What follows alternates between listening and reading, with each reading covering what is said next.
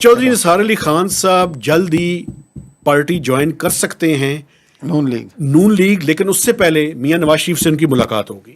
پھر کیا ہوگا؟ اچھا، میاں نواز شریف سے جو ملاقات ہوگی، میرا سادہ سا سوال ہے، اس میں مریم نواز شریف صاحب بیٹھی ہوں گی؟ یہ مجھے نہیں پتا نا سر، مجھے کیا پتا ہے. کیا مریم نواز شریف کو چودھری نثار علی خان اپنا لیڈر تسلیم کریں گے؟ میرا خیال ہے کہ نہیں کریں گے.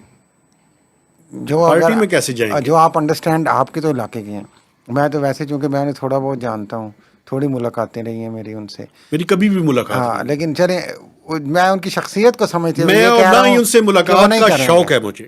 ہاں، لیکن ہو سکتا ہے میرے منہ میں ویسے خاکم بادہن کہہ لیں. آپ ان کا انٹرویو کرنے جائیں. خاکم بادہن میں تو نہیں چاہوں گا آپ جائیں. مجھے کہاں انٹرویو دیں گے؟ وہ انصار بھائی صاحب کو شاید انٹرویو دے دیں، مجھے نہیں دے دیں گے.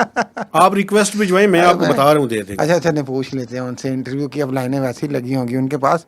میں یہ کہہ رہا ہوں کہ خدا نخواستہ خاکم بادہن، پنجاب میں آپ کے بقول بڑا زبردست کام ہو رہا ہے اور کچھ چیزیں اچھی بھی ہو رہی ہیں، لیکن انصاف بہرحال اس ملک میں ناپید ہے. کہیں خدا نخواستہ مریم نواز کو سائڈ لائن کرنے کا پروگرام تو نہیں بن رہا؟ کچھ بھی ممکن ہے. دیکھیں، اگر تو دیکھیں جو میچنگ ہے وہ تو شباز شریف صاحب اور چیف صاحب کی مل گئی ہے، فیلڈ مارشل صاحب کی بلکہ. تو اس میں مریم صاحبہ نیشنل لیول پہ فٹ نہیں ہو سکتی ہیں، ابھی تک تو یہی نظر آ رہا ہے. لیکن پروونس میں کیا صورتحال ہے؟